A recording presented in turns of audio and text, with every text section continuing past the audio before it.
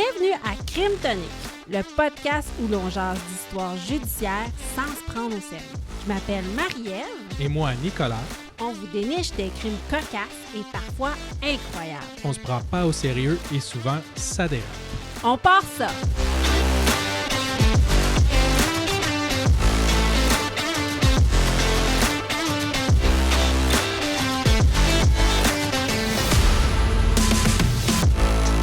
Épisode 25, combat des crimes spécial, amour. Au menu, l'infidélité, Les réseaux sociaux le mariage. et les petites créances. Bonne écoute!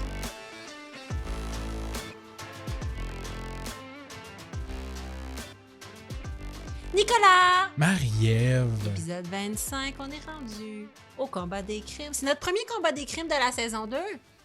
Tout à fait. Oh là là, si vous avez commencé par la saison 2 et que vous faites « Mais que se passe-t-il, Lucille? » Que se passe-t-il dans un combat des crimes, Nicolas? Ben, à chaque 5 épisodes, Oui. on fait un combat des crimes, c'est-à-dire qu'on sort 10 cas, donc 5 chacun. Oui. Plus petits, mais toujours aussi cocasses. Oui. Et on invite les gens, membres du groupe Facebook, par la suite à aller voter sur le meilleur cas parmi les 10. Exactement. Donc, on sort un thème. Aujourd'hui, c'est l'amour, parce qu'on finit le mois de février où est-ce qu'il y a eu la Saint-Valentin. Bah ouais. Donc, c'est moi qui décide du thème. Là. Puis là, je filais coquine. Ça va être sous le thème de l'amour. Et donc, on sort 10 cas plus un champion de la semaine sous ce thème extraordinaire. Alors, parle-nous de qu'est-ce qu'on boit pour l'épisode 25, Nicolas, ma petite canette rose. Ce qu'on boit aujourd'hui, c'est en fait du cidre pétillant. Là, c'est Milton Star. C'est de la cidrerie Milton. Oui. À Sainte-Cécile de Milton. 5% d'alcool et la saveur, c'est limonade framboise. Ouais, c'est vraiment bon. Oui. Sérieux. Ils ont plein d'autres produits Mhm. de cidre, des prêts à boire comme ça, à toutes sortes Saveur. de saveurs, des sans-alcool. Oui. C'est aussi un verger. Oui. Donc, On peut pratiquer l'autocueillette de pommes ouais, ils ont une boutique, un bistrot. et un bar à cidre. Ouais. Fait que Et tu m'as dit que c'était gratuit pour les habitants de Sainte-Cécile de Milton. ouais, c'est ce qu'il y a sur le site web. Sinon, c'est comme 3$ pour passer la journée. Ah, mais c'est vraiment cool, je veux y aller. Ouais, c'est gentil. Puis j'ai regardé les distributeurs où est-ce qu'il y a les produits. Oui. Puis autant en épicerie que dépanneur, que tu peux en acheter, mais ils sont aussi dans des brasseries, dans des pubs. Donc, ils ont aussi tous leurs produits. Le cidre CID, CID, a l'air d'être le plus populaire, là, puis distribué partout. Oh, et on salue nos millions d'auditeurs de Sainte-Cécile de Milton. Oui, Chaleureusement. si jamais on peut profiter de votre passe gratuite Oui. pour le verger, vous nous le direz. Oui, si on peut être vos amis d'un jour, nous, on va aller au verger, puis on va être contents, puis on va en parler. Ouais. Donc, c'est très bon. J'ai un petit shout-out Yes, sir. de Maptali qui nous met 5 étoiles sur la plateforme Apple Podcast. Apple Podcast. Donc, c'est intitulé « Une très belle découverte ». C'est une critique qui dit « Vous me faites beaucoup très rire. J'adore votre univers. Merci. » Gentil. C'est gentil. Si vous voulez nous aider un petit peu, allez sur la plateforme Apple Podcast. Pour nous, s'il vous plaît, nous donner une review 5 étoiles. Ça nous aide énormément à monter dans l'algorithme. Vous savez comment c'est important, l'algorithme? Oui. Et ça nous aide à être connus de plus de gens et à développer notre art de faire du podcast. Laissez des étoiles, là, peu importe où. Là, ça va toujours nous faciliter la vie. Oui, je vais faire une petite tournée des réseaux. On a une page Instagram où est-ce qu'on met des capsules. On a un compte TikTok. On a une page Facebook. On a un groupe Facebook privé. Et dans ce groupe Facebook privé, comme je l'ai dit, vous allez pouvoir aller voter pour votre cas préféré d'aujourd'hui. On a toujours beaucoup de plaisir dans ce groupe-là et on met des compléments sur les émissions. Des suivis. Des suivis, oui, exactement. Donc, Puis merci au monde qui participe aussi. Ouais. Si vous avez des suggestions, si vous avez entendu parler de cas spécifiques ou des suggestions de thèmes, on est toujours preneurs. Oui, à date, on n'a répété aucun thème, mais ça se pourrait là, qu'on refasse un spécial. Ça va venir. Oui, un spécial fraude. Oui, ça se pourrait.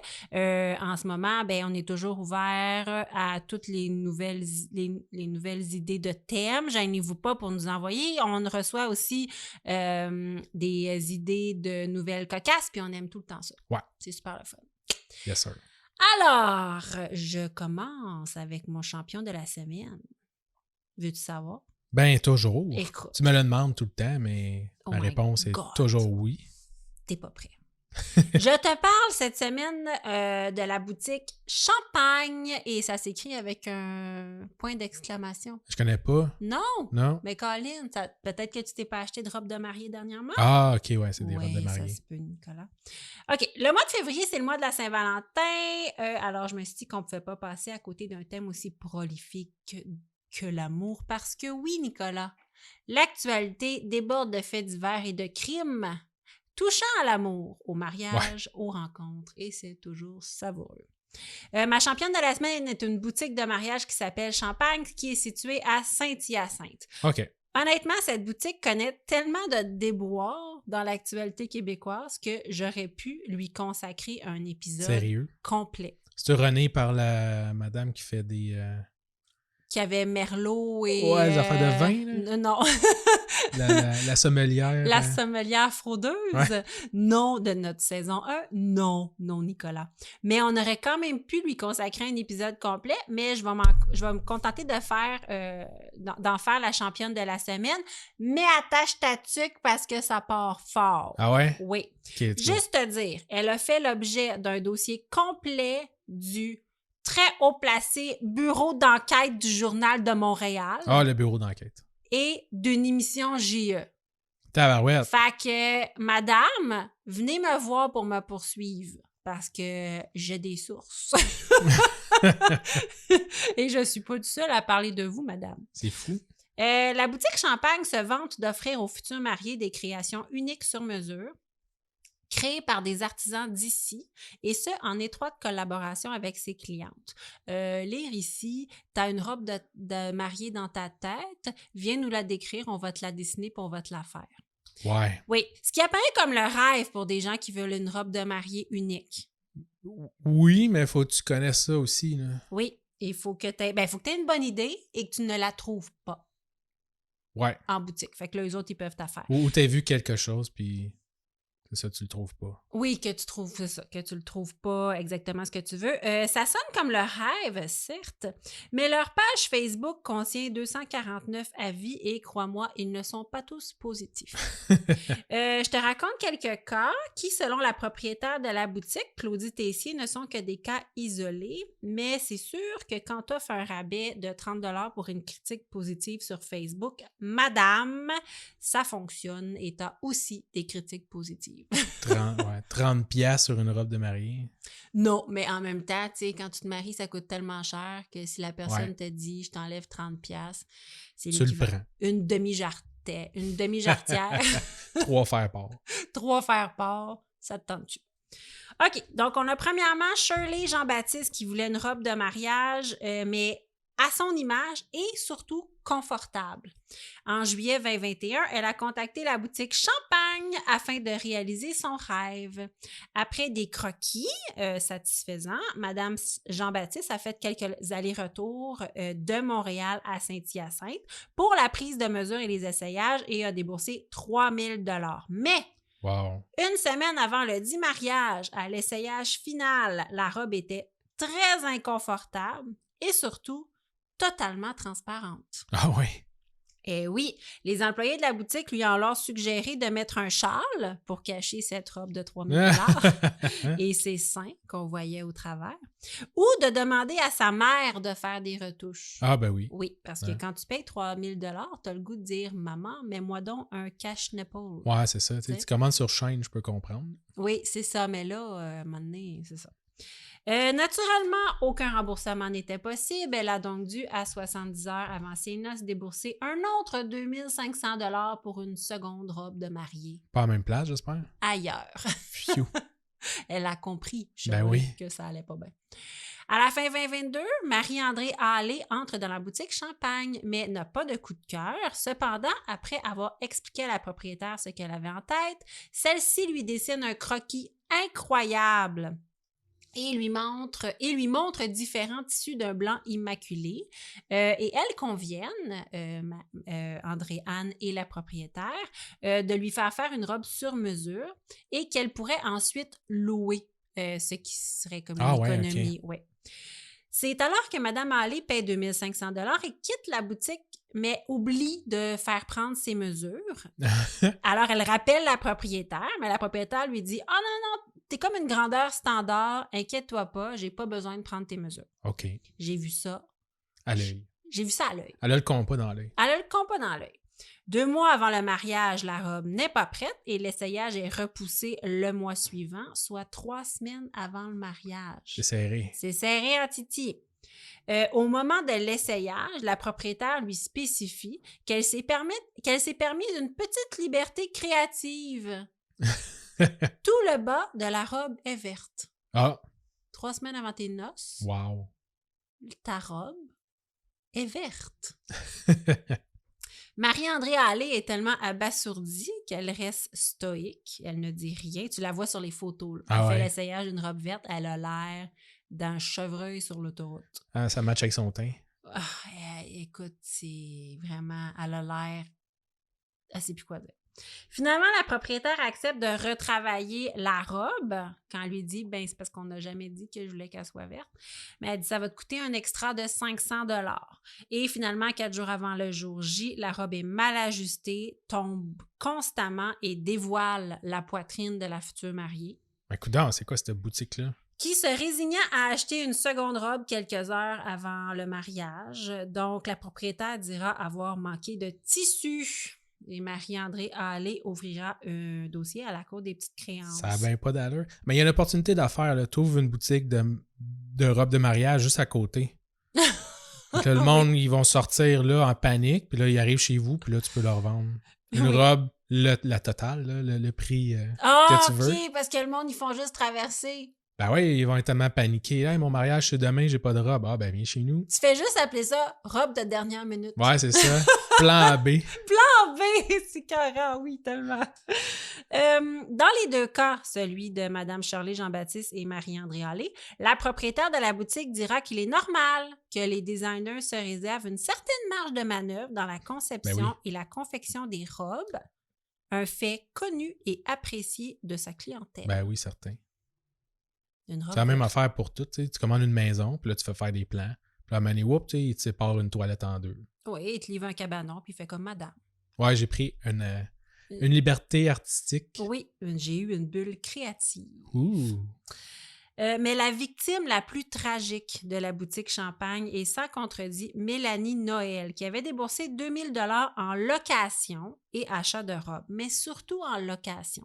Malheureusement, le mari de Mme Noël est décédé d'un cancer 11 jours avant la date. Oh! Oui. Elle a contacté la boutique afin de trouver un arrangement parce que je te rappelle qu'il s'agissait de location de robes et non sur mesure. Tu sais, je comprends que s'il y a des frais d'engendrer, c'est difficile d'avoir un remboursement, mais là, c'est une location de robe. Non seulement aucun arrangement n'était possible, mais ils n'ont même pas offert leurs condoléances à la famille.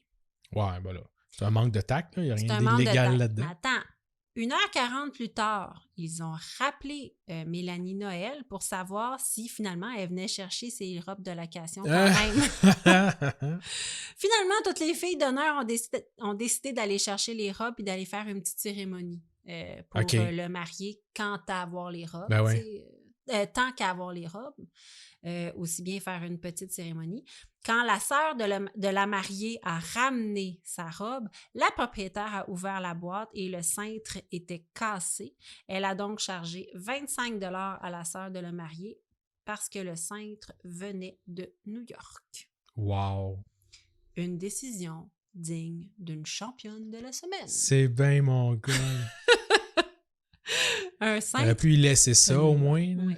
Tabarouette. Oui, elle a comme payé toutes ses robes pour rien. Pour rien. Ouais, ben c'était Son la mari sœur est de la mort, mariée. puis elle y charge 25$ Ben là, parce que c'est le la cintre sœur est de la cassé. mariée qui a ramené sa robe. Quand Mais même. oui, son beau-frère est mort. Puis, oui, elle n'est pas contente.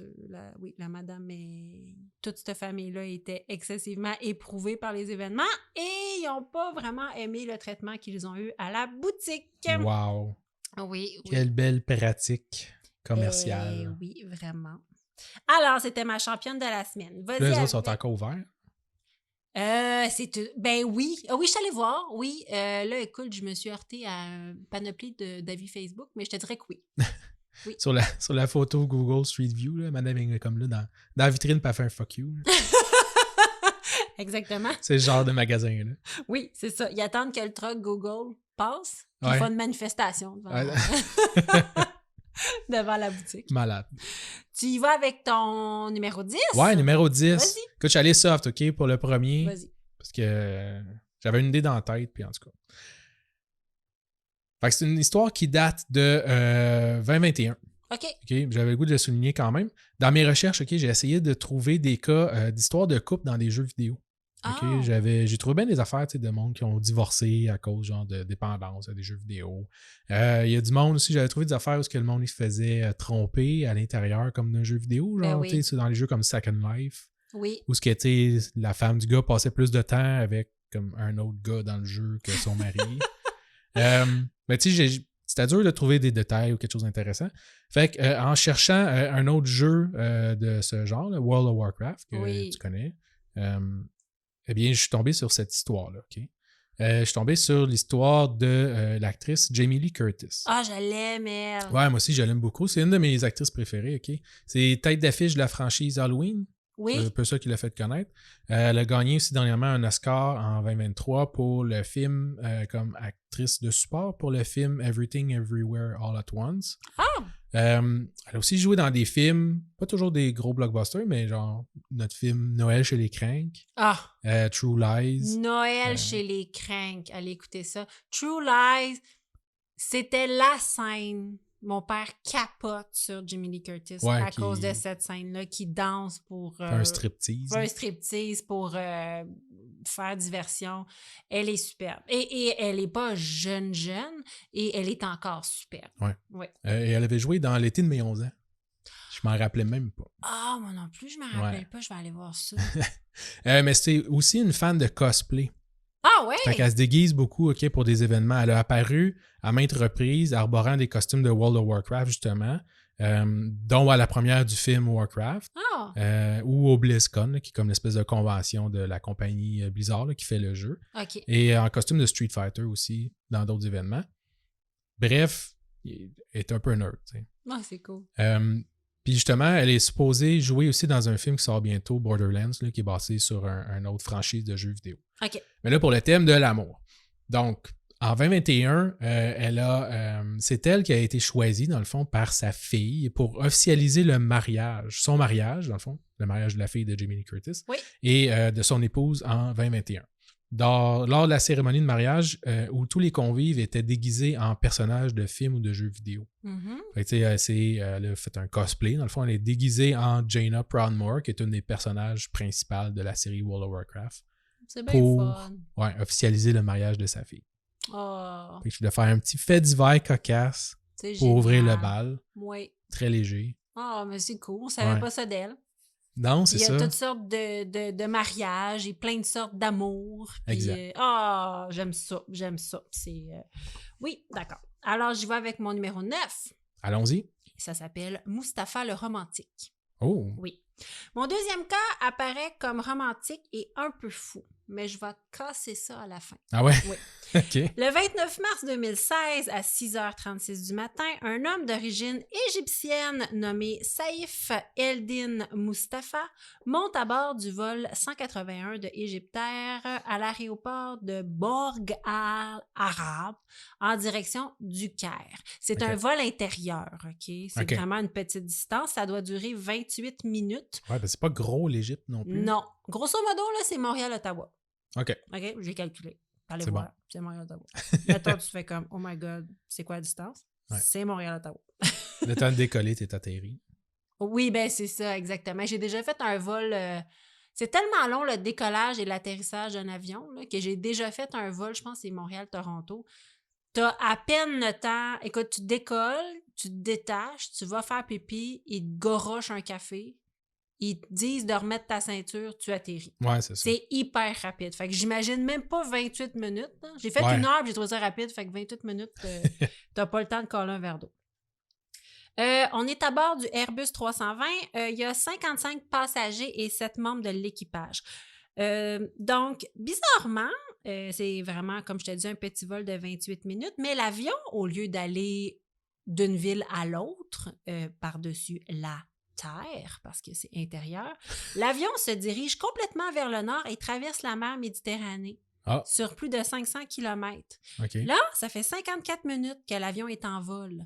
Et l'aéroport de Lacarna, excuse-moi, à Chypre, reçoit une demande d'autorisation de se poser de la part de l'appareil. L'autorisation lui est donnée parce que, guess what, l'avion s'en vient. Il faut atterrir. Il faut atterrir. Et la presse s'empare de la nouvelle. À 8h36, la compagnie égyptaire annonce sur Twitter « Notre vol MS-181 a officiellement été détourné ». OK. Avec ce qui semblait être une ceinture d'explosifs, Saïd Aldin Mustafa a réussi à détourner l'avion et à se poser à l'aéroport de Chypre. L'appareil est maintenant isolé sur le tarmac de cet aéroport complètement désert et le pirate n'a jusqu'à maintenant émis aucune demande.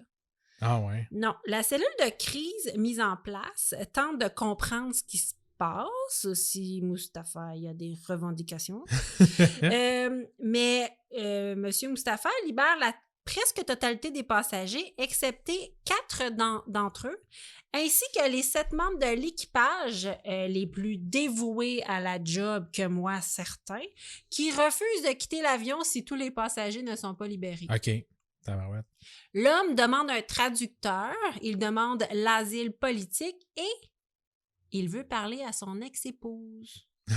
C'est-tu pas romantique, ça? Parce que son ex-épouse habite dans le village de Oroclini, environ à 15 km de l'aéroport. OK. Puis il veut y parler. Wow. Fait que lui, il a pris l'avion. Il a détourné l'avion. Puis il dit, je veux parler à ma femme. Ben, mon ex-femme. La femme arriva à l'aéroport accompagnée d'un enfant, va monter sur la passerelle, puis on va lui remettre alors une lettre de plusieurs pages écrite par Saïf. Et là, on va interroger le président chypriote, donc de Chypre, il s'appelle Nikos Anastasiades, sur les demandes du pirate de l'air, et il va répondre « Il y a toujours une femme. » Ah! Et c'est pas facile, hein? Non, c'est pas facile. Son ministre des Affaires étrangères, lui, il est un peu à bout de sa vie, puis il va en rajouter une couche en disant « C'est pas un terroriste, c'est un imbécile. Ah! » Les terroristes sont fous, mais ils sont pas stupides, mais ce gars-là l'est. Après 7 heures de prise d'otage et de négociation, Chaïf va demander de libérer des prisonnières égyptiennes, mais c'est pas clair. Son discours ne sera pas vraiment clair. Bref, il va libérer tous les otages en après-midi. Et en terminant, Saïf Eldin Mustafa avait beau pleurnicher qu'il n'avait pas parlé à son ex-femme depuis 24 ans.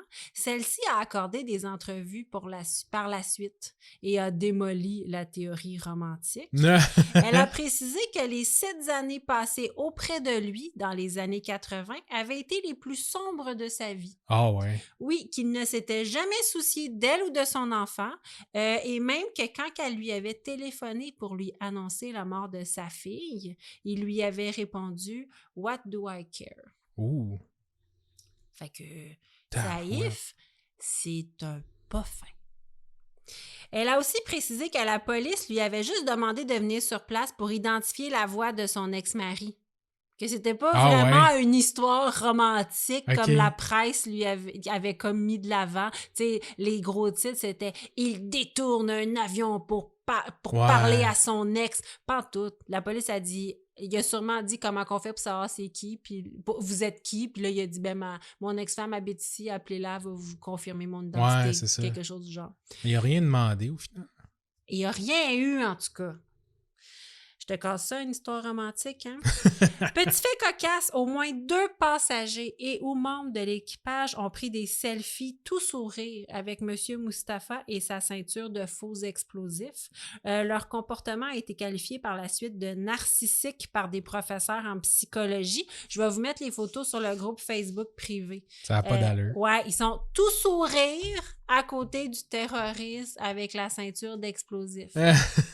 Il y a comme plein d'entrevues de psychologie avec des professeurs de psychologie qui disent que ces gens-là...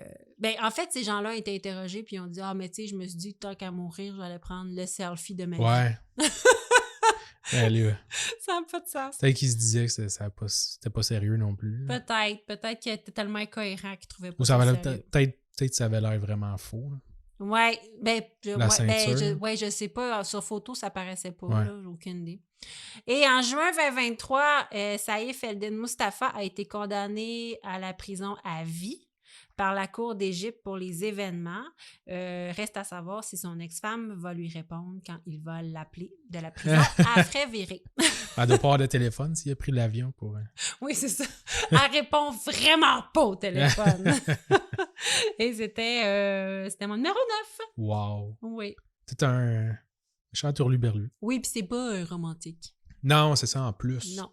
Tabarouette. Il n'était pas sur le point d'arrêter de jaser avec son ami. Il lui a demandé de sortir de la salle pour ne pas déranger ni lui ni les autres alentours. Oui, les autres watchers de films. Ouais, les Voyons, autres. Colin. Cinéphiles. Les autres clients. Clients. Crystal a fait comme un père dans les années 70, c'est-à-dire qu'elle a quitté et n'est jamais revenue. Oui. Hein? Oui. C'est à peu près ça. Ouais. J'ai mis 80, mais vu que je suis né dans les années 80, Puis que ton papa est très présent. il est toujours là, fait toujours que là. j'ai marqué 70. Oui. Tu sais, le cliché, là, Oui. je m'en chercher une pinte de lait, puis j'en reviens pas. Exact. Brandon a un peu paniqué, car il était venu avec l'auto de Crystal. Oh non! Ouais, il va finir par sortir de la salle et va tenter de la rejoindre. Il va rejoindre sa date. Appelle un taxi, Brandon. Il est cheap, Brandon. Il est cheap, Brandon. Il va finir par lui écrire, OK, puis là, je vais traduire librement les textos. Alors, il faut que je me trouve un lift maintenant. Tout ça à cause que je t'ai dit que les textos étaient une distraction. OK, fait que Brandon, il a pas de char. Il capote parce qu'il est parti. Puis il veut pas se coller un taxi. Exact. OK, Brandon, il est pointilleux. Il est très pointilleux. Ouais, fait que le lendemain, toujours sans réponse à son dernier texto, fait que je suppose qu'il a pris un taxi pour revenir ou il a marché dans la pluie en pleurant. Il va demander compensation pour le billet de cinéma et la pizza. Compensation. De 17,31 pour le billet de cinéma, puis genre 4$ pour la pizza. Ben non. Ouais. OK, c'était pas un souper à 600$, là. Ben non. C'était une pointe de pizza. Ouais. Il a demandé compensation à qui? À Crystal? OK, fait qu'il a texté, genre, je fais quoi? Ben là, puis après ça, il a dit, ben là, tu me dois de l'argent. Exact. Pourquoi? Parce que, attends, non, ça fonctionne pas. Il devait rien, là. Oh my God, mais quel loser! Ouais, dans le texto, il dit, dans le fond, si Crystal n'est pas en mesure de venir le rembourser, qu'il allait déposer une plainte aux petites créances. Il dit, parce que c'est super facile, je peux le faire directement sur mon laptop. Et je vais le faire. OK. Non, ça me rentre pas dans la tête. Juste parce qu'elle a pas écouté le film ou parce qu'il a pas fini la soirée à Frenchie? Parce qu'il disait que c'était un manque de respect. Mais, tu sais bien ça. Oui. Crystal, elle va refuser, prétextant qu'il m'a sorti au cinéma. C'était une date, puis c'est comme ça. C'est ça, la vie. Ouais, c'est ça qui est ça. Puis d'un bord comme de l'autre, là. Je veux dire, si ça avait ouais. même été elle qui paye, je veux dire, tu fais un cadeau, ça doit être ton meilleur ami ou une date de passage, tu t'attends... C'est ça. Ça peut... Tout à fait. s'éteindre à n'importe quel moment. You win some, you lose some. Là. Oui, ça fait partie de la game, là, 17$. Oui. Finalement, il va ouvrir une plainte aux petites créances demandant les 17,31 pour le billet de cinéma. OK? Dans la réclamation, et encore une fois, la traduction libre, c'est inscrit « Le comportement de madame va à l'encontre des politiques de l'établissement et est une nuisance à l'expérience des autres clients. Quoique le montant de la réclamation est modeste, c'est le principe qui est important, puisque le comportement de madame est une menace à la société civilisée. » OK, Brandon, là, il est bizarre. Brandon, il met beaucoup trop d'efforts sur, genre, sa vengeance. là. Brandon, il est sur le spectre. Juste te dire, là, c'est sûr. Ça n'a pas de Ouais. sens. Euh, Wow! Il ouais. est comme pointilleux, là. Ah ouais. Il lâche pas le morceau. Là. Brandon est encore célibataire aussi, juste dire, là. Probablement. Hey, maman. Ben, à ce moment-là, en tout cas. Ouais, à ce moment-là, On ouais. se demande bien pourquoi. Ah, je sais pas. Il a hein. l'air charmant. Elle aussi, Crystal, d'ailleurs, a l'air charmante, tu sais. Ouais, c'est. Ouais. Pas très cool. Non, c'est ça. Genre, est-ce que tu pourrais arrêter de texter, s'il vous plaît? Parle à ma main, je quitte. Elle disait que son amie, elle venait de rompre avec son petit copain, puis que là, elle voulait la consoler. Ah! C'est tellement l'excuse parfaite. Là. Ouais, c'est ça. C'est de là. toutes les filles qui vont en date, puis ils sont comme... Appelle-moi à 18h, puis dis que t'as besoin de moi, puis si jamais c'est plate, je vais accourir. Genre. là. Ah ouais, elle a mangé sa pizza, puis elle a fait « Tant pis, moi, ça vient de s'éteindre. » Puis d'abord, Guardian of... Elle était comme moi. Elle a dit « Guardian of the what? » Elle voulait même pas voir ça. Le 2, en plus. Le 2! En fait, ils en J'ai ont pas fait vu le un premier. autre. Ah oui. Ouais, Crystal va finalement plier et rembourser les 17 et 31 avant d'aller en cours. C'est drôle parce que, tu sais, dans l'article, il y a vraiment comme une photo où elle remet l'argent. là. Ah ouais. Ouais, ça a sorti des médias. Et en remettant l'argent à Brandon, elle lui a demandé de ne plus jamais lui adresser la parole. Je sais pas. Et Ah. c'est ça. Ils se sont pas mariés. Non, ça n'a pas fini heureux avec beaucoup d'enfants. Ben voyons donc, c'est surprenant. J'aurais pensé. Je comprends pas. J'aurais pensé. Ouais. Oui, c'est ça. Partir sur des fondations comme ça. Ben exactement. Ben, c'est du monde déterminé. C'est des gens déterminés. Ils peuvent aller loin dans la vie. là. Peuvent, oui, tout à fait. Oui, ça aurait pu. Qui ça aurait sait? pu. Je suis rendue où? Numéro 7? Numéro 7. Numéro 7, Uber. Le service Uber de taxi. OK, pas Uber Reeves. Non. Uber, le service de taxi. OK. Un important homme d'affaires azurien. L'héritier qui vient de la Côte d'Azur. OK, ouais, c'est Oui, c'est ça, pas la planète. ça. C'est une planète qui Je s'appelle sais As. pas, mais si Uber se rend là-bas, ils sont forts. Oui. Un important homme d'affaires azurien réclame une compensation financière à Uber parce que l'application a ruiné son mariage. Ben voyons donc. Oui. Il est j'étais- arrivé en retard là, pour son mariage. Oui, ben, il a goroché ses fleurs d'en face. Non. Le mari a, une fois au chalet, à un moment donné, commandé un Uber à sa femme sur le cellulaire de sa femme en se connectant avec son compte Uber à lui. OK. OK. Il s'est ensuite déconnecté de son compte Uber, mais il y avait un bug informatique. OK, on est en 2017. À ce moment-là, il y avait un bug informatique sur l'application Uber et c'était connu. En ce qui concerne tous les clients Uber, c'était la même chose. Donc, l'application a tout de même permis à sa femme de recevoir les notifications de son compte Uber, du compte du mari, directement sur le téléphone cellulaire de sa femme. Ah, OK. Fait que c'est comme s'il était déconnecté, mais elle recevait quand même les notifications de l'application Oui, sur son téléphone. vous avez commandé un Uber à 3 heures du matin. Où vous dirigez-vous? Oh! Au motel La Siesta à 3 heures du matin. Wow! Eh bien, gadon! Ouais. Alors, sa femme avait toutes ces notifications-là. Et là, raison de plus pour prendre un taxi. Oui. Comment ça? Là, je sais pas. Mais tu sais, la guerre, là, Uber, les taxis. Là. Ah, oui. Tu Ah, prends un ok, taxi dans au ce coin de la sens-là. rue puis tu payes cash, ils te retrouveront pas. Ah non, jamais on s'entend. Mais là, effectivement, non, mais j'adore l'application Uber, là. Ouais. Sauf que oui, effectivement, cela ne se serait pas produit avec un taxi quand t'appelles, tu sais, là, Taxi Diamond, puis qu'il y a une madame qui fume des exportés vertes et qui fait « Taxi! » Quelle adresse? Quelle adresse! Puis que, tu sais, là, le bon vieux temps que t'es dans le taxi puis que t'entends toute la madame, là, genre « Oui, 1493, à l'écoute. Ouais. Oui, le 1493, allez-vous le 1822? Oui, c'est le Saint-Dominique. Oui, OK. Sur Gouin, au coin. Allez-vous le 1882? Allez-vous le 17? Ah, OK, le 14 s'en va là. OK, c'est beau. C'est plus intéressant que la radio. Interminable! Ça n'a pas de sens. Donc, comme je te disais, il y avait un bug et même si son mari s'est connecté, elle a continué à recevoir les notifications.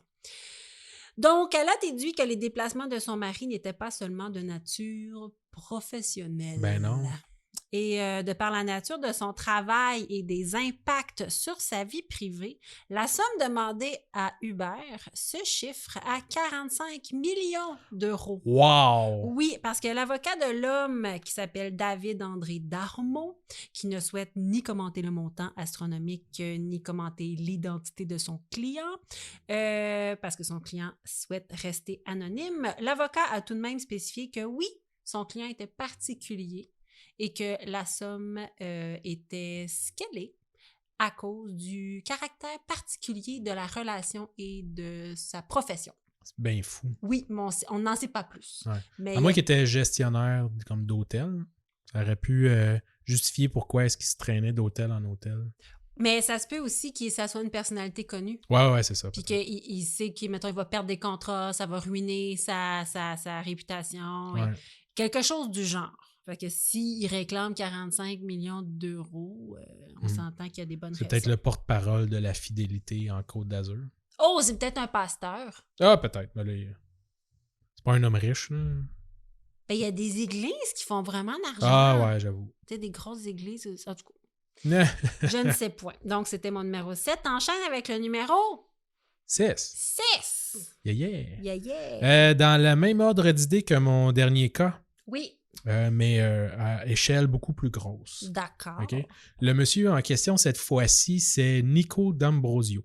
Nico D'Ambrosio. Nico D'Ambrosio, un résident de Chicago de 32 ans. Oh! Qu'est-ce qu'il fait, Nico? Nico, c'est une victime. Je sais pas qu'est-ce qu'il fait. C'est comme si tu parlais de toi, la troisième personne. Nico, c'est une victime! Aidez Nicolas. 1-800, aidez Nicolas. On part et téléthon. Vas-y. Un GoFundMe.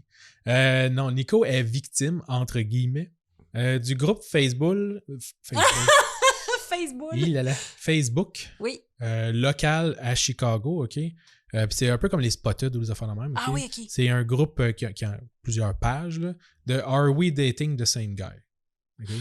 Oui. Fait que c'est une page qui se veut un endroit où les filles peuvent discuter ou mettre des commentaires sur leur date Tinder ou Bumble ou whatever pour soulever les problèmes avec les serial daters. Ben, les serial daters aussi, le gars, il a vraiment un penchant particulier où il est irrespectueux, où il est bizarre, où il fait des choses très graves comme ne pas se protéger pendant l'acte sexuel.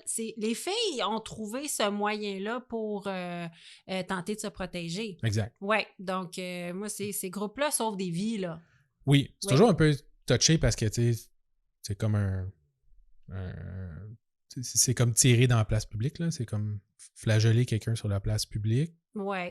Ça n'empêche pas n'importe qui d'écrire n'importe quoi sur n'importe qui, tu comprends? Tout à fait. Mais sauf je comprends l'utilité. C'est ça, c'est que, tu sais, en général, il y a des hommes qui tuent des femmes. Oui. Que les femmes doivent se protéger. Oui, vraiment, non, c'est...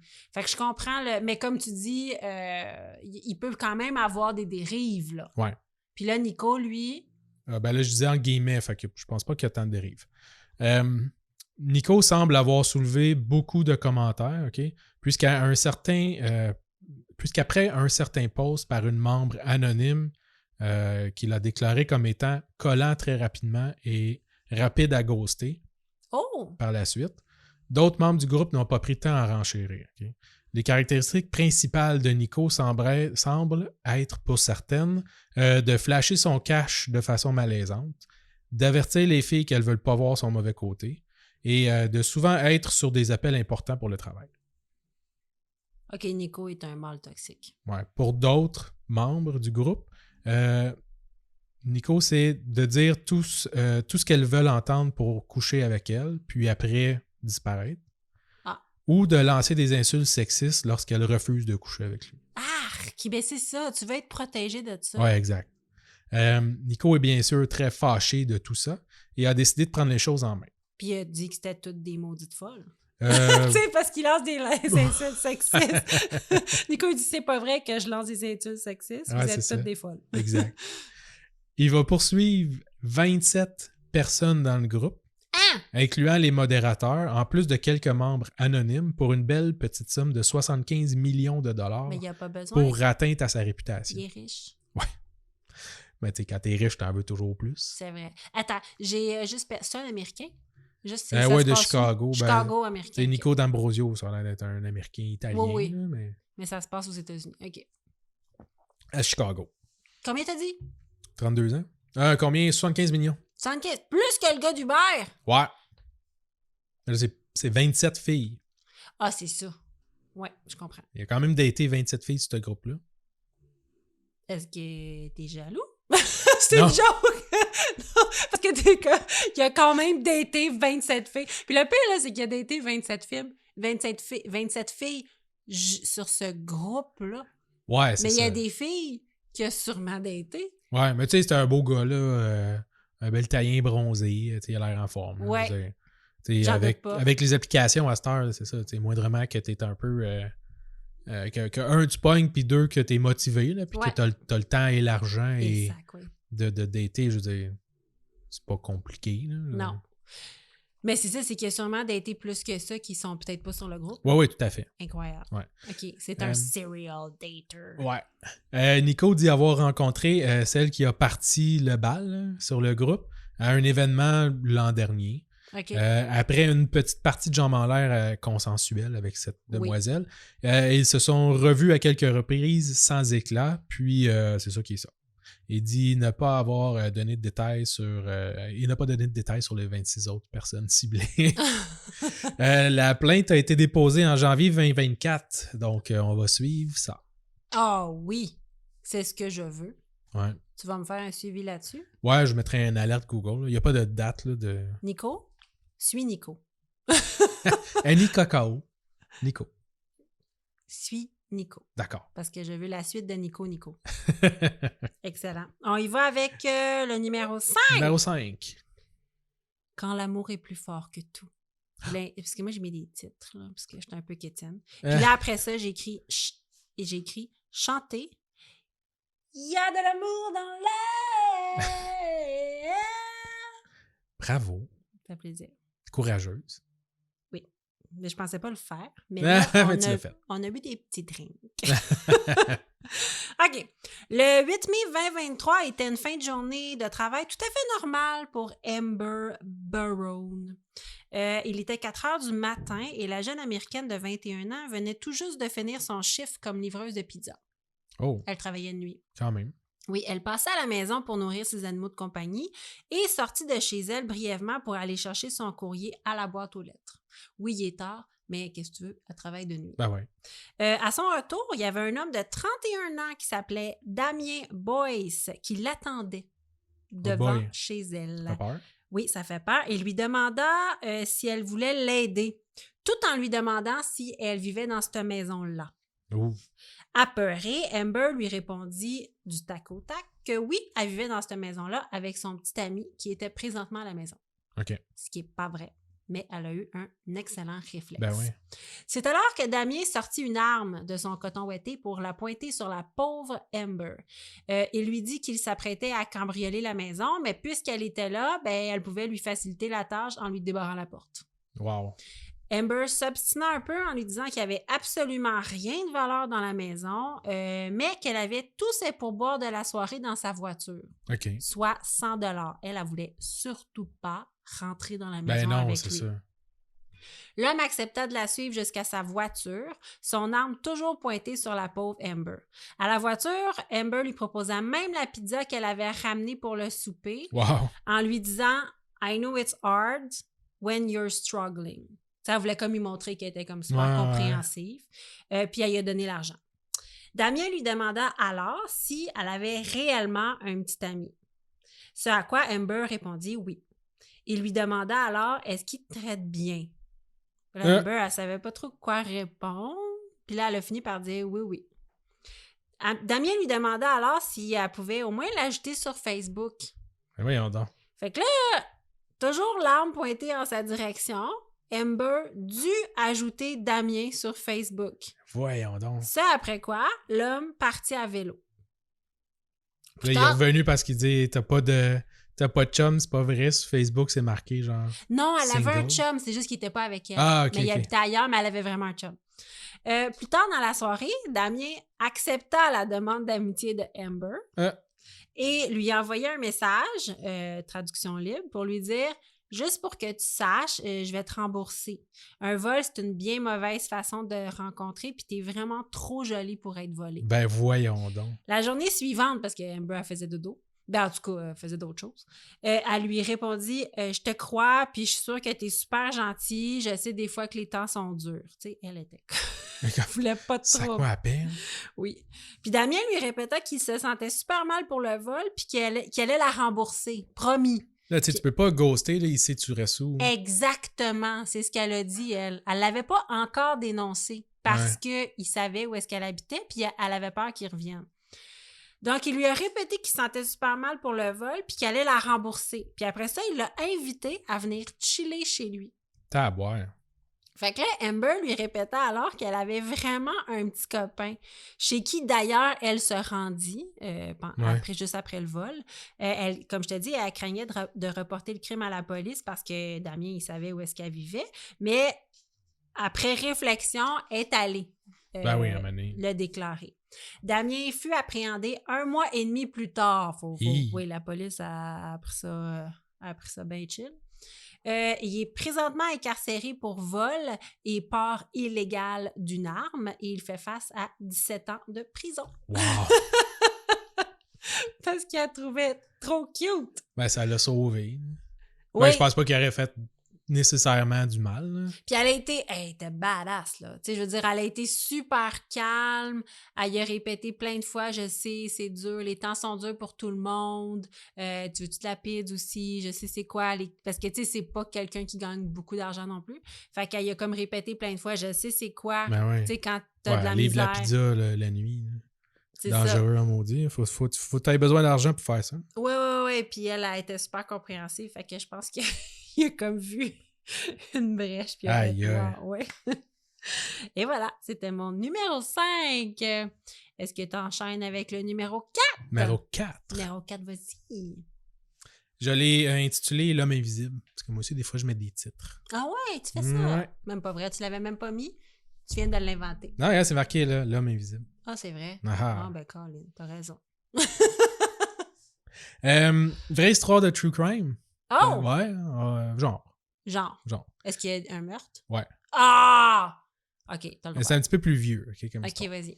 Fait que c'est l'histoire, comprends-tu, de Fred Oysterreich et sa femme Walburga, surnommée Dolly, OK? Alors, je vais les appeler Fred et Dolly. Fred et Dolly? Ouais. OK. Dolly était l'employé de Fred à l'époque. OK? Fred était un homme d'affaires qui a connu assez de succès. OK, mais là, attends, quand t'as dit que c'était vieux, c'est vieux comment? Début 1900. Oh, c'est vraiment vieux! Ouais, c'est vraiment vieux. OK. Mais c'est intéressant. Ben oui, j'en doute pas. C'est juste que comme c'est pas vieux années 70. Là. Non, c'est vraiment vieux. C'est vieux. Ouais. Vas-y. Rapidement, Dolly va faire bonne impression et les deux vont se marier. D'accord. Okay? Donc, Fred et Dolly se marient. Mais après la mort de leur premier enfant, le couple va commencer à aller moyen. Oh. On peut les comprendre. Pour se désennuyer. Un petit commentaire éditorial. Alors, ça doit pas être facile pour un couple. Là. Non, c'est pas facile. Non, ça s'entend? Non, c'est drôle. C'est un commentaire éditorial. Pour se désennuyer, Dolly va se trouver un amant en la personne de Otto, un autre employé de Fred. Oh, de son mari. C'est un employé de l'usine, whatever, que Fred avait. Tu sais qu'est-ce que l'adage dit? Don't f with the payroll. Exact. Vu que Otto venait souvent à la maison, les voisins commençaient à jaser un peu. Ah ben oui. Okay? Pour éviter de se faire attraper, les deux jeunes amants ont eu la brillante idée de cacher Otto dans le grenier. Donc, en 1913, Otto va déménager officiellement dans le grenier de la résidence. OK, attends, ils l'ont pas caché dans le grenier, genre « Oh, mon mari arrive, va dans le grenier une petite heure, le temps qu'il reparte travailler. » Ils ont pris la décision que Otto allait désormais vivre dans le grenier de la maison, sans le consentement de Fred, bien sûr. Attends, mais là, Otto, il pouvait pas aller travailler? Ah non, je suppose qu'il a donné sa démission. Il a disparu de la carte. Fait que Otto était rendu le jouet de madame Ouais, dans le grenier de madame. exact. Peux-tu faire ça, On a-tu un grenier? C'est bien pas d'allure. Ça n'a pas d'allure, hein? Dolly avait installé une petite chambre pour Otto dans le grenier, lui avait fourni des livres et du matériel pour écrire pour se désennuyer. Oui, il n'y a pas de TV. Ben non. Durant la journée, OK, il sortait du grenier où il pouvait manger et il faisait des tâches ménagères. OK? Et selon son témoignage, il faisait aussi le sexe avec madame, parfois jusqu'à 8 fois par jour. Hey, Otto, il était heureux? L'entente y allait. Hein? Colline de Bill. Pour qu'il reste là, il n'était pas enfermé là, de OK, force. Là. j'ai plein de questions. Non. Là, il pouvait-tu marcher quand le mari était là? Parce que ça fait du bruit. Fallait qu'il reste dans le silence. Vraiment Fait qu'il y avait des silence. livres puis un crayon. Et puis pouvait-tu faire pipi? il avait installé genre Un pot de chambre. Un pot de chambre. Là. Pauvre Otto. Mais tu sais, Fred, c'est un homme d'affaires. Là. Je suppose qu'il n'était pas à la maison tout le temps non plus. Là. Même à ça. Mais là, de tout ce que tu dis, là, moi, je dis 8 fois par jour. Parfois jusqu'à 8 fois par jour. Boque pas là-dessus, là. Donc, 5 ans plus tard, Oh non, en 1918, ben non. le couple doit déménager. Okay? Fred et Dolly déménagent. Okay? Dolly accepte de déménager seulement si elle a le droit de choisir la maison. Ce que Fred va accepter pour faire plaisir à sa femme. OK, sa femme, Dolly, est badass. Là. Je dirais, elle note dedans. Là. Elle note dedans quand même. Genre, son riche mari fait comme on déménage, puis elle est comme, ouais, mais si je peux choisir la maison. Puis là, il est comme, ah ben oui, ma puce. Ouais. Dolly a compris des choses que j'ai pas compris dans ma vie. Vas-y. Écoute, elle a du temps. Oui. Elle a du temps à passer pareil. Là. Oui. Ben, il reste plus tant de temps, là, 8 fois par jour. 8 fois par jour, ouais. Elle est bien occupée. Mais en plus, il fait ses tâches ménagères. Ouais. Ben, je dis ses tâches parce que dans le temps, c'était le rôle de la femme. Là. Exact. Il fait comme ses tâches ménagères. Oh, ouais. Pauvre gars. Ouais. OK, vas-y. Mais lui, il devait être content. Je sais pas comment dire ça. Il est en amour. Ben, Colin. Donc, Dolly doit trouver une maison. Okay? Fait que, Oui. bien entendu, elle va choisir une maison avec un grenier spacieux. Avant même que le couple déménage, elle va installer le grenier comme il faut, puis Otto va emménager avant le couple. Ouais. Okay? Fait que quand il déménage, il est déjà installé dans le grenier. Otto va continuer de vivre sa petite vie pour les prochains 4 ans. Oh, mon Dieu. Ça fait comme 9 ans là, qu'il est dans le grenier. C'est de l'asservissement. Un beau soir, OK, en 1922, Otto va entendre une discussion qui brasse pas mal entre Dolly et son mari Fred. OK. Okay? Ayant peur pour la sécurité de son amante, Otto va sortir du grenier, va attraper un arme, un revolver qui était dans la chambre, qui gardait dans la chambre, là, Oui. et il va tirer sur Fred à 3 reprises. Ben non! Il va le tuer, ouais. Ayant peur qu'il batte Dolly, tu sais. Les deux tourtereaux, sachant pas trop quoi faire, vont décider de faker un cambriolage, okay, un vol. Ils vont s'empresser de prendre l'argent et les bijoux qu'il y avait dans la chambre. Puis Otto va enfermer Dolly dans l'armoire, une commode. Oui, parce qu'en fait, il n'y a personne qui sait qui est là. Non, c'est ça. Fait que, tu sais. Personne ne l'a jamais vu. Personne ne l'a jamais vu, fait que l'histoire est bonne. Hein? Ouais. Fait qu'il va l'enfermer dans une armoire à clé et va lancer la clé par la fenêtre. Okay? Puis là, je suppose qu'il appelle la police là, avant de se cacher. Ou c'est une voisine qui a appelé la police. Après avoir entendu des coups de feu. Ouais. Fait qu'il va aller se cacher dans le grenier avec l'argent, les bijoux, le revolver. Okay? La police, une fois arrivée sur les lieux, n'arrive pas à relier le meurtre avec Dolly. T'sais, c'est la première chose que tu regardes. Là, oui. Puis là, il faisait comme, ouais, ben là, comment est-ce qu'elle a pu s'enfermer dans l'armoire, puis la clé est genre sur le terrain en avant? Ça faisait pas de sens. Effectivement. Puis là, ben, personne n'avait vu personne rentrer ou sortir de la maison. Fait que, Ils sont jamais allés dans le grenier. Ben non. Ben non, mais tu sais. Ben, le grenier, c'est comme une petite trappe Je sais. dans ton garde-robe. Mais quand même. Ouais. Wow! Tu penses pas à ça. Là. T'es un policier. Tu fouilles la maison. Peut-être. Oh my God. Mais tu sais, c'est ça. C'est pas arrivé. C'est ça Ouais. qui est ça. Otto est resté dans le grenier encore 8 ans. Non! Ouais. Ben non! Ah ouais. C'est qu'il a laissé assez de temps à Dolly pour devenir la maîtresse de son avocat. En lien avec le meurtre de son mari et tout ça. Là. Elle s'est pris un avocat. Fait qu'elle s'est trouvé un autre amant qui avait des doutes sur l'innocence de Dolly. Mais qui était quand même willing de coucher avec. Ouais.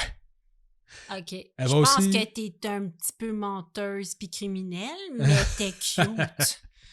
J'ai enlevé une couple de détails, là, mais justement, à cause de la façon où elle expliquait son histoire, Oui. puis des affaires comme ça. Elle va aussi demander à un autre de ses amants de se débarrasser du revolver. OK.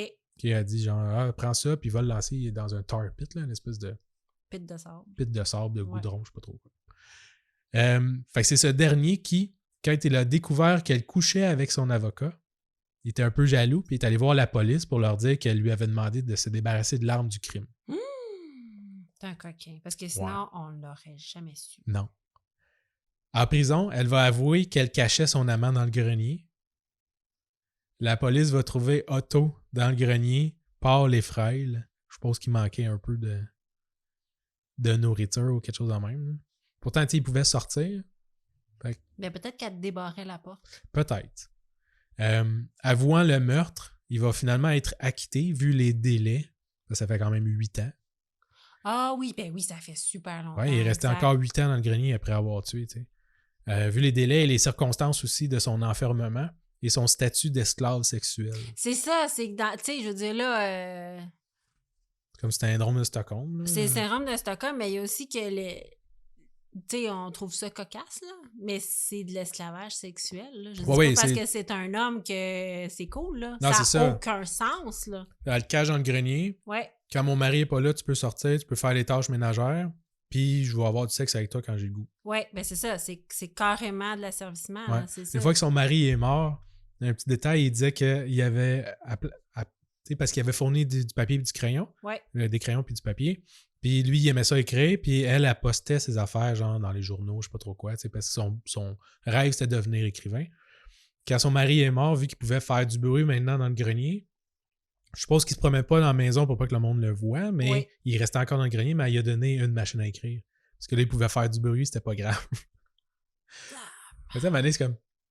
Son mari est mort, puis elle a même pas dit « Viens, on va vivre ». Non, il est resté dans le grenier. C'est ça, c'est qu'elle est comme « Non, t'étais bien là, je pense. Il est comme « Oh, ton mari est mort, on va pouvoir vivre notre amour. » Ben non, Non. non, tu restes là. Ouais, c'est juste mon amant. Il était habitué, peut-être. C'est effrayant. C'est un vieux garçon qui reste dans le grenier. C'est pas un vieux garçon, c'est un esclave.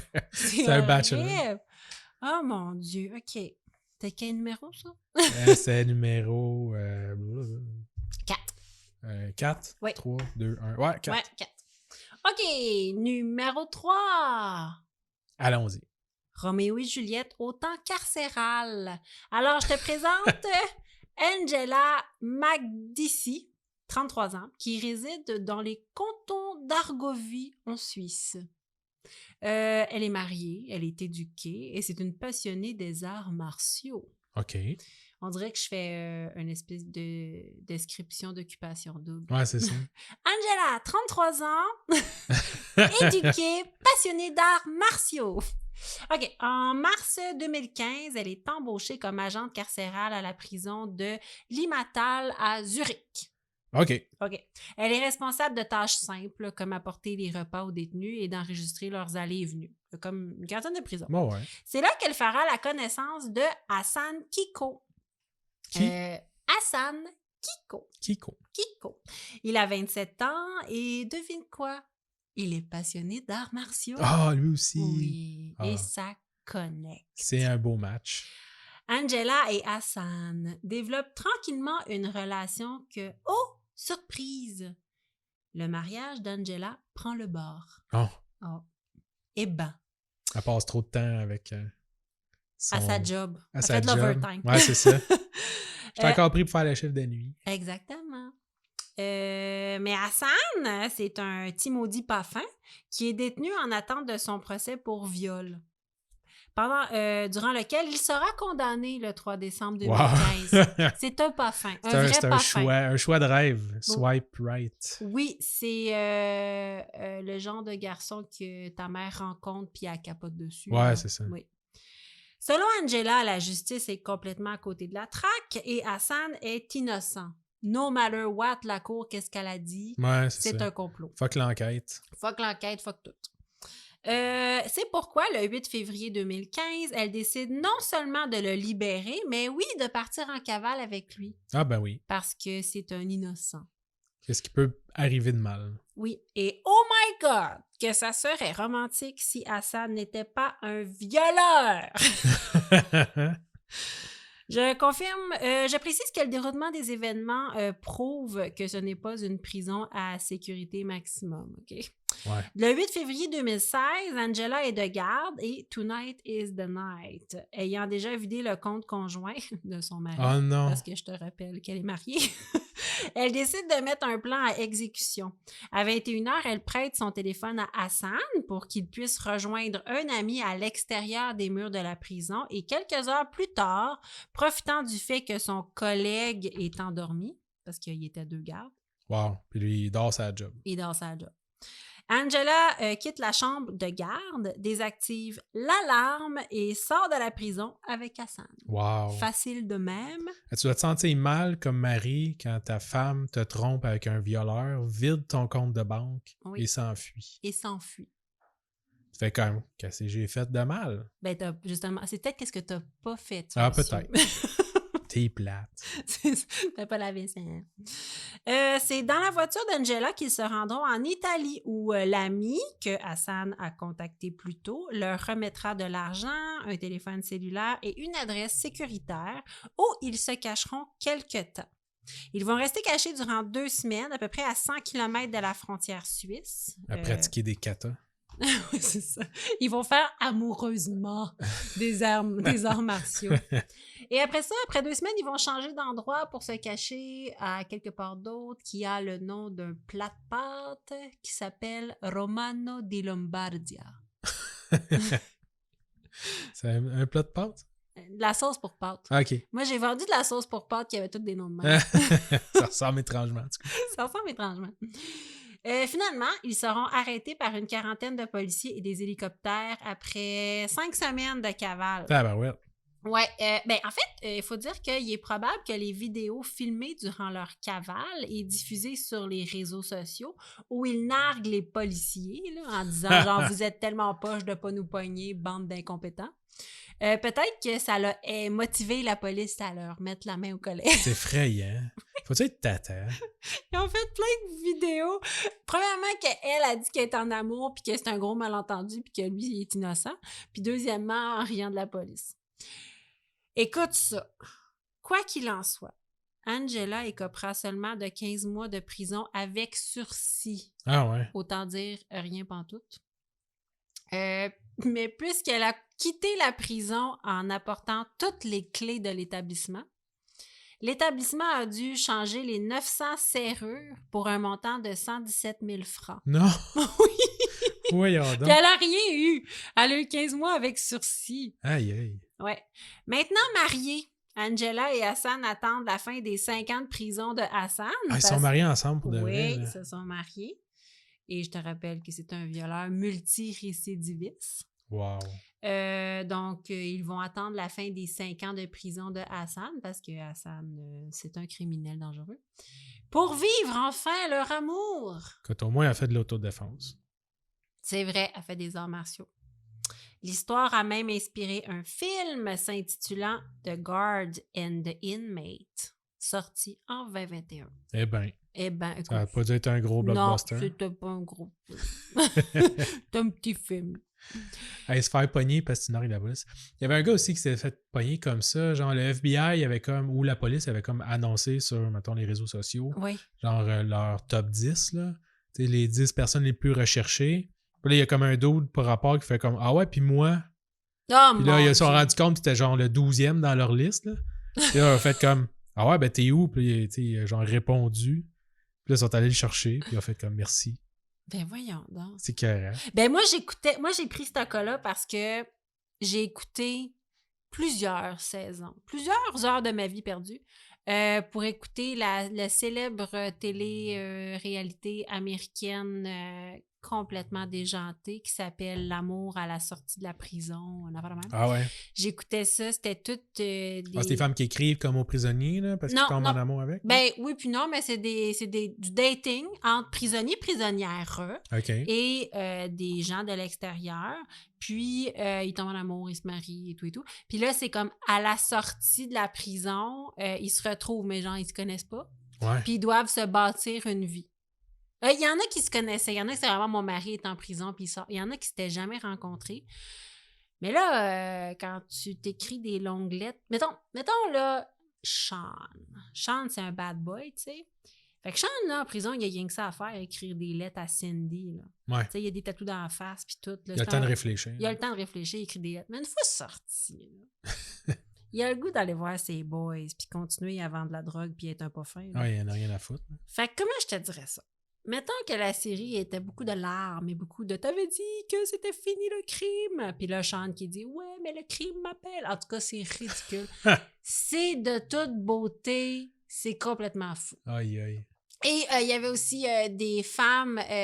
écoute, il y avait des femmes de 23 ans qui sortaient, puis t'avais comme Robert, 64 ans, qui l'attendait. Ah oui, mais là, genre le Sugar Daddy. Sugar Daddy, puis tu sais, qui avait fourni de l'argent tout le temps de son incarcération pour qu'elle puisse acheter sa drogue, puis que là, tu sais, comme lui, il l'attendait en se disant « On va se marier, là. » Puis elle était comme « Ah, shit, il est là. » Je pensais pas. C'était, oui, j'ai adoré cette série-là. Quand j'ai lu ce cas-là, c'était pas pareil, mais... T'as fait penser à ça. M'a fait penser à ça, puis c'est savoureux. Vas-y avec ton numéro 2. Numéro 2. J'ai marqué un titre « Mais où s'en va le monde? » Vas-y. OK. Je commençais en écrivant, on a l'affaire au Canada. Hein, des compagnies comme MindGeek, avec leur super site Internet. MindGeek. Ah oui, c'est quoi dans MindGeek? Avec Pornhub. Ah oui, c'est vrai. Mon cas parle d'une autre compagnie, Ruby Life, qui à l'époque s'appelait Avid Life Media, et est propriétaire du site Ashley Madison. Ah ben oui. Ils ont aussi un autre site, Cougar Life. Ah ouais? Ouais, mais bref, je te parle de Ashley Madison. Non, ça m'intéresse. Il faut quel âge pour être sur Cougar Life? Je sais pas. 40 ans, je peux être une sugar mamie. Cougar, je pense que c'est plus vieux que ça. Tu penses? Je sais pas. Oh. Bref, je te parle de Ashley Madison. OK? Donc, c'est un site web, pour ceux qui ne savent pas, de rencontres qui se spécialisent dans les rencontres extra-conjugales. OK? Oui. Leur slogan, c'est Life is short, have an affair. C'est vrai, c'est spécial. Fondé en 2002, le site a fait la fortune de son fondateur, Darren Morgenstern. Le nom du site vient des deux noms féminins les plus populaires à l'époque en Amérique du Nord, soit Ashley et Madison. OK. Je savais pas. Ouais, assez d'introduction. Je sais pas si tu t'en rappelles, Ashley Madison, en 2015, le site s'est fait hacker. OK. Le groupe qui a revendiqué l'événement se nomme The Impact Team. Ça n'a pas trop d'importance. Ils ont par le fait même volé les données personnelles de tous les utilisateurs du site. Les noms, les adresses, emails, cartes de crédit, correspondance. Et on rappelle que c'est des gens qui trompent leurs partenaires. Exact. Oui. Fait que, on sait que ça peut être assez touché comme information. Oui. Contrairement à bien des hackers, ils n'ont pas demandé des bitcoins en rançon ou d'autres choses pour remettre les données ou les effacer ou whatever, mais plutôt que le site web cesse ses activités. Bon. Les autres voulaient fermer le site web. C'est la défense de la veuve et l'orphelin, ça? Ouais. Pour montrer leur sérieux, le surlendemain de l'attaque, ils vont diffuser 2500 dossiers d'utilisateurs. Pour montrer qu'on a vraiment les données. J'ai manqué on ça. Est sérieux. T'étais peut-être là-dessus? Peut-être. J'ai manqué ça. Tu peux aller voir si t'étais dessus. Tu peux y aller, je pense qu'il doit encore avoir des listes. Oui, ça doit qu'il doit encore avoir. Oui, ça doit. Ouais. Je vais aller voir. Les hackers en voulaient au site en partie pour sa nature peu éthique, oui, mais surtout pour les pratiques frauduleuses des propriétaires. Okay? En effet, la sécurité du site était très moyenne pour réussir à avoir hacké. En plus de ne pas requérir de confirmation sur ton adresse courriel quand tu t'inscris. Ah ouais. Tu peux t'inscrire, puis des fois, tu t'inscris à quelque part, puis ils font comme on t'a envoyé un email, clique sur le lien pour activer ton compte. Mais là, c'était vraiment comme mets ton nom, ton mot de passe, ton email, puis tu es inscrit. OK, mais ça change quoi? Ça change que il y a beaucoup de monde qui est inscrit sans le savoir sur le site, sans le vouloir, avec leur adresse électronique, soit par des collègues de bureau qui ont fait des blagues, soit par erreur, parce que ton courriel, c'est mariève@gmail. Mais là, s'ils écrivent Marie-Ève, quelqu'un d'autre, c'est Marie-Èva, puis elle s'est trompée, Oui. ben là, tu viens d'être inscrit sur le site. OK, fait que même que les listes qui ont coulé, ça se peut qu'il y ait des gens là-dessus qui ne savaient même pas qu'ils étaient là-dessus. Ouais, exact. Ouais. Ashley Madison chargeait aux clients 19 $ pour effacer les dossiers complets des bases de données. Okay? Ça faisait partie de leur modèle d'affaires. Comme les hackers l'ont prouvé en relâchant des emails des dirigeants, les dossiers des clients qui avaient demandé d'effacer toutes leurs traces n'étaient jamais effacés pour de vrai. Ben non, t'as pas de preuve de ça. Hein? Ben non. La compagnie touchait près de 2 millions de revenus par année juste par les clients qui voulaient effacer leurs dossiers. Mon Dieu, c'est beaucoup de remords, ça. Ouais. Ben oui, mais en même temps, c'est toi aussi, tu sais, mettons, là, quelqu'un t'inscrit. Ouais. Fait que là, tu reçois un email, mais tu t'es jamais inscrit là-dessus. Ah oui. Là, tu fais comme, ben là, c'est quoi cette affaire-là? Ah, fuck, tu sais. Là, tu tes appels ou tu vas sur leur site web. C'est ça. Puis là, ils disent, ah, ben, tu sais, si tu veux tout effacer, c'est correct, c'est 19$. 19$. Ouais, tu fais comme. Pas à la fin du monde, là. Non. Tu fais OK. C'est une mauvaise blague, fait que tu fais comme, ah, OK, tu payes 19$ et ça, c'est ça. Ils font rien. Ça peut encore ruiner ton mariage, ouais, là, ça. si ça coule, oui. Ouais. Comme la compagnie ne prenait pas trop les hackers au sérieux, le 18 août 2015, 60 gigaoctets de données clients, soit toutes les informations et communications de l'entreprise, ont été diffusées sur l'Internet et le Dark Web. Suite à ça, il y a eu un recours collectif contre la compagnie mère à la hauteur de 567 millions de dollars. Attends, mais fallait-tu t'inscrire au recours collectif, là? Ouais. Tu sais. Mais quand même. Qui veut s'inscrire et dire oui, j'aimerais, c'est ça, j'ai trompé ma femme, oui. Ouais. Moi, je pense que la compagnie qui m'a aidé à tromper ma femme me doit de l'argent.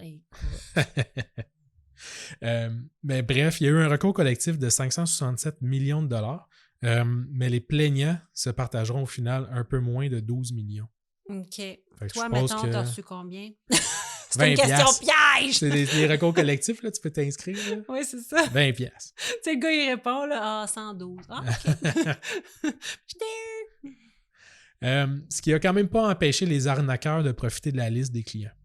OK. Les médias ont rapporté que plus de 1000 adresses se terminaient par .sa, OK, donc provenaient de Arabie Saoudite, Saudi Arabia, pays où l'adultère est passible de peine de mort. Mais oui, mais tu veux pas que les mondes meurent, là? Non, mais c'est facile pour des extorqueurs qui ont toutes les adresses, les noms, toutes les informations de ces personnes-là, de faire chanter ce monde-là pour obtenir de l'argent. OK, mais les pirates, ils voulaient pas ça, là. Non, les pirates, c'est pas ça qu'ils ont fait. Ça, c'est des arnaqueurs. Une fois que les données étaient sur Internet, c'est ça. Il n'y a rien qui empêche le monde de prendre ça puis de faire chier le monde qui est sur cette liste-là. Mais ouais, c'est ça, mais j'aurais pas pensé à ça. Oh mon Dieu, ça, c'est pas correct. Ils ont vu l'opportunité, là. Oui, ils ont vu l'opportunité, mais même les pirates voulaient pas ça, là. Non, c'était pas le but. Le but, c'était pas de ceux qui trompaient leur femme qui meurent, là. Non, c'est ça. Tu sais, je veux dire, c'est triste, ça. Ouais. On pouvait aussi trouver dans la liste un grand nombre d'adresses réservées aux employés ou élus gouvernementaux ou de l'armée. Ben oui. Des points .gov, des points US, des points 1000. Oui, mais encore là, tu sais pas si c'est vraiment eux autres qui ont trompé leur femme, là, tu sais. Et j'ai tout le temps trompé leur femme, là. Il y a beaucoup de femmes aussi là-dessus. Oui, mais en fait, t'as les informations aussi, tu sais, le nombre de fois qu'ils sont connectés. Ouais. Fait que, tu peux en déduire des affaires. C'est sûr que si il était connecté une fois, puis... Il s'est inscrit une fois à 3h du matin, tu fais comme, OK, c'est peut-être pas lui, mais si tu vois vraiment qu'il y a eu de l'activité... Exact. Il y a même des sites web où il offrait un genre de recherche à la Google, là, où tu tapais genre un nom, puis ça te sortait toutes les correspondances, mettons, de la liste. Pour le bien de nos auditeurs, l'as-tu? Ah, je l'ai pas.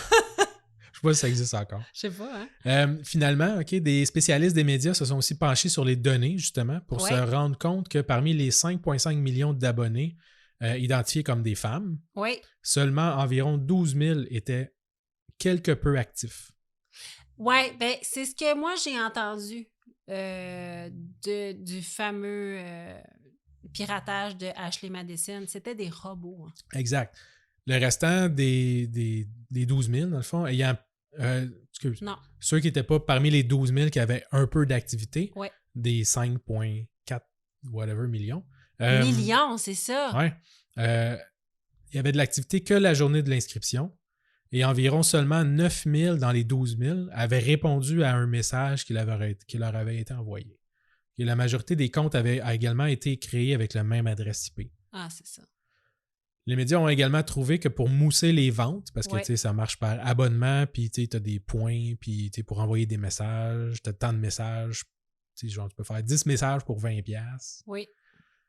Il y a des chatbots, justement, qui étaient utilisés pour parler aux monsieur et les motiver à payer des comptes mensuels et upgrader leur compte pour pouvoir continuer à communiquer ou participer plus activement sur le site. Oui. Parce que je dis pas que les femmes ne trompent pas leur conjoint. Je dis que ils trompent peut-être pas leur conjoint de cette façon-là. Ouais, exact. Une femme, dans ma tête à moi, dans l'infidélité, va être plus opportuniste. Ça va se passer parce qu'elle va avoir une opportunité ou cliquer sur quelqu'un tandis elle va moins rechercher ça. Ce site-là demande aux personnes de rechercher l'adultère.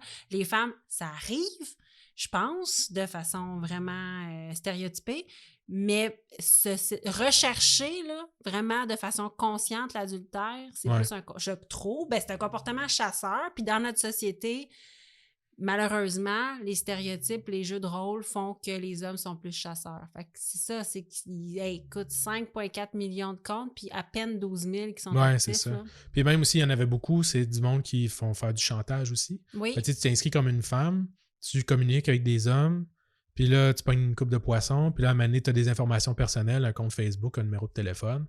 Puis là, boum, tu rentres sur son Facebook, tu fais « Ah, tu sais, sa femme, c'est telle personne. Envoie-moi de l'argent, sinon j'envoie toutes nos communications à ta femme. » Wow! Fait que, même parmi les 12 000, combien que c'était vraiment du monde ben oui. qui cherchait des affaires. T'sais. Oui. Même si une récompense de 500 000 a été mise sur la tête du ou des hackers responsables, il n'y a jamais personne qui a été accusé pour cet événement-là. Ah, mon Dieu! Seigneur! C'est intéressant, ça. Ouais. Il y a un film sur YouTube.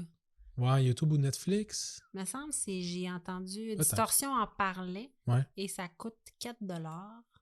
Et je vais vous mettre le titre sur le groupe privé Facebook parce que je l'ai sur ma liste, ma fameuse liste de choses à écouter.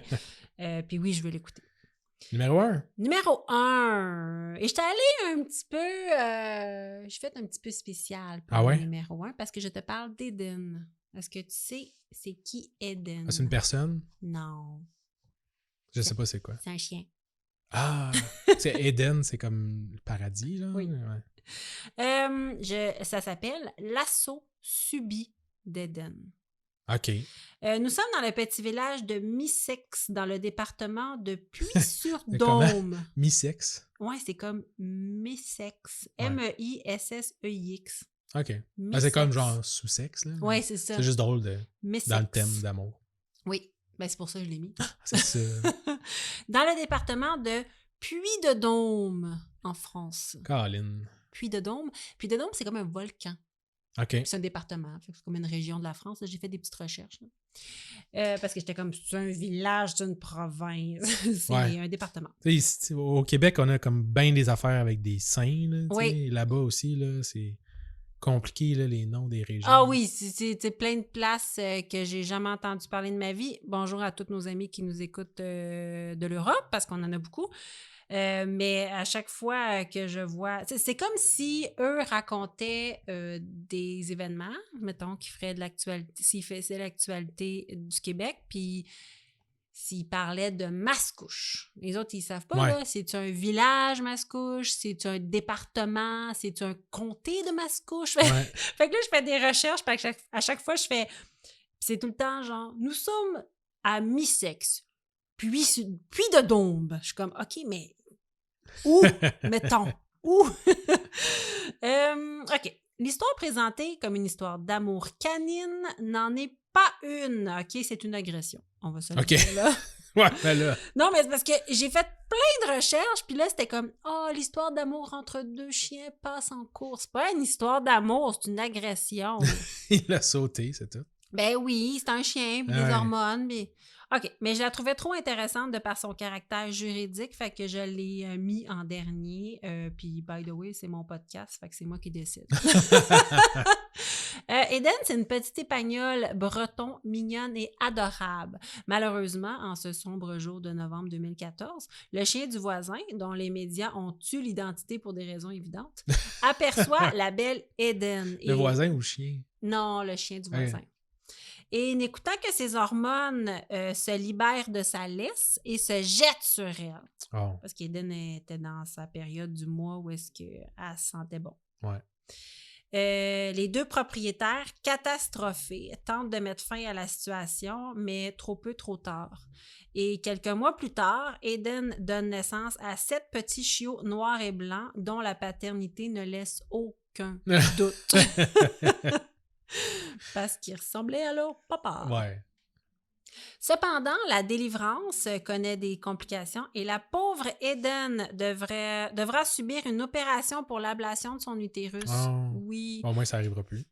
ça arrivera plus, mais c'est parce que c'est un chien de race qui valait extrêmement cher. Ah, ouais, OK. Donc, non seulement elle a subi des souffrances inutiles, mais en plus, elle ne peut plus se reproduire. Ouais.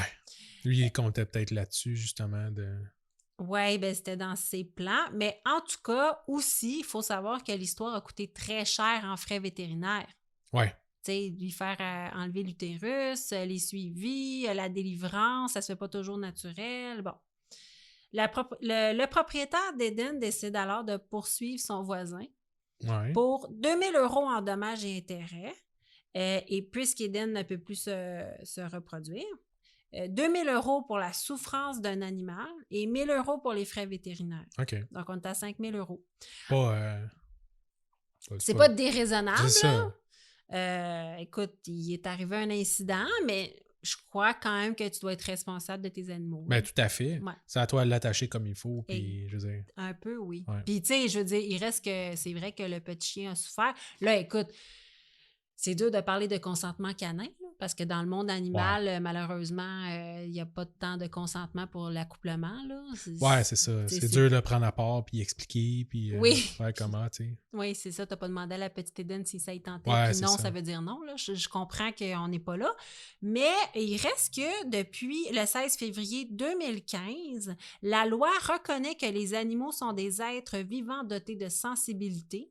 Et le propriétaire d'Eden veut que celle-ci soit indemnisée, mais surtout faire jurisprudence. Parce que avant, les chiens étaient un bien meuble. Ben, les animaux de compagnie étaient un bien meuble. Ouais. Et maintenant, c'est vraiment considéré comme des êtres vivants. Il était vraiment temps. Oui. Mais ça aide ou ça nuit Ça aux aide. propriétaires? Ça aide beaucoup aux propriétaires d'Eden, puisque c'est des êtres vivants dotés de sensibilité. Sa souffrance peut être reconnue. Ah, OK. Ouais. OK. Parce qu'elle a considéré comme, c'est ça, qu'elle a souffert. Ouais. C'est parce que dans ma tête, mettons, si c'est un bien meuble, là, c'est également passible d'une poursuite, whatever. Là. Je veux dire, Parce que t'as magané le bien ben, meuble de t'as quelqu'un. magané le bien, je veux dire, t'as dénaturé aussi. Je veux dire, veux pas, mettons, son maître, il aime son chien, là, Oui. mais éventuellement, je sais pas, c'était peut-être pour gagner des concours, puis aller la faire reproduire avec un autre champion Oui. pour vendre des bébés à 10 000 $ chaque, tu sais. Ben, c'est Je veux sûr dire, que ça reste si... un bien meuble, là, je Ben, veux c'est dire. ça. Si tu as altéré le bien, la voiture de ton voisin, Ouais. il reste que tu peux demander des dommages et C'est intérêts. ça. Mais là, la loi avait changé, fait que lui, il voulait que la souffrance de son chien soit reconnue. Ouais. Fait que oui, son chien, le caractère de son chien ou les caractéristiques de son chien ont été altérées, mais elle a aussi souffert. Ouais.